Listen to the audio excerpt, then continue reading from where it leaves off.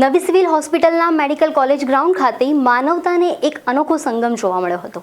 અંગદાન charitable trust દ્વારા મકર સંક્રાંતિ નિમિત્તે પતંગ વિતરણનો ખાસ કાર્યક્રમ યોજાયો હતો। આ કાર્યક્રમની સૌથી મોટી વિશેષતા એ છે કે પતંગો પર અંગદાન મહત્વના સંદેશ સાથે ઇમરજન્સી હેલ્પલાઇન નંબરો પણ છાપવામાં આવ્યા હતા। ઉત્તરાયણના પર્વે દોરીથી ઘાયલ થતા પશુ પક્ષીઓ કે માનવ ઇજાના સમયે ત્વરિત મદદ મળી રહે તે માટે આ હેલ્પલાઇન નંબર સેવા માર્ગદર્શન બનશે। સુરતના mayor Daksheshbhai Mavani, youth for ગુજરાતના પ્રમુખ જિગ્નેશભાઈ પાટીલની ગરિમામાં ઉપસ્થિત આ આયોજનને વેગ મળ્યો હતો। સહસ્ત્ર સ્ટાફના પાર્શ્વનાથ ચેરિટેબલ ટ્રસ્ટ અને નર્સિંગ એસોસિએશનના સહયોગથી થયેલા આ કાર્યક્રમે સમાજમાં માનવતા અને સંવેદનાનો પ્રબળ સંદેશ આપ્યો છે।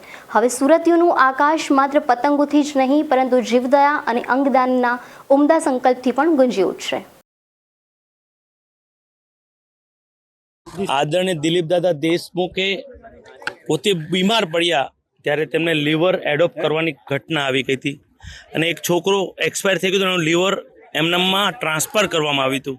ત્યાર પછી તેમણે નક્કી કર્યું હું સમગ્ર ગુજરાતમાં ભારતમાં પ્રવાસ કરી અંગદાનની જાગૃતતા કેળવીશ અને અનેક જીવો બચાવીશ એવો ઉદ્દેશ એણે નક્કી કર્યો હતો। હું આપને કહું છેલ્લા 2 વર્ષમાં અનેક જીવો આ દિલીપ દાદાના અભિયાનના માર્ગદર્શનથી જાગૃતિ કેળવવાના ભાગરૂપે અનેક જીવો બચ્યા છે। હું આજે વિશ્વગુરુ સ્વામી વિવેકાનંદની જન્મ જયંતિ છે ત્યારે સમગ્ર સુરતીઓને પણ અપીલ કરું છું કે અંગદાનની જાગૃતિ કેળવી। આપણે આપણી પરિવારમાં, આપણી સોસાયટીમાં કે આપણા ઘરે કોઈ મરણ પાડે અને એના અંગો જો કામ લાગતા હોય તો આપણો દીકરો, આપણા મમ્મી પપ્પાને બીજાના આપણે અંગ આપીએ અને બીજામાં આપણે જોઈ શકશું, તે મુખ્ય ઉદ્દેશ છે।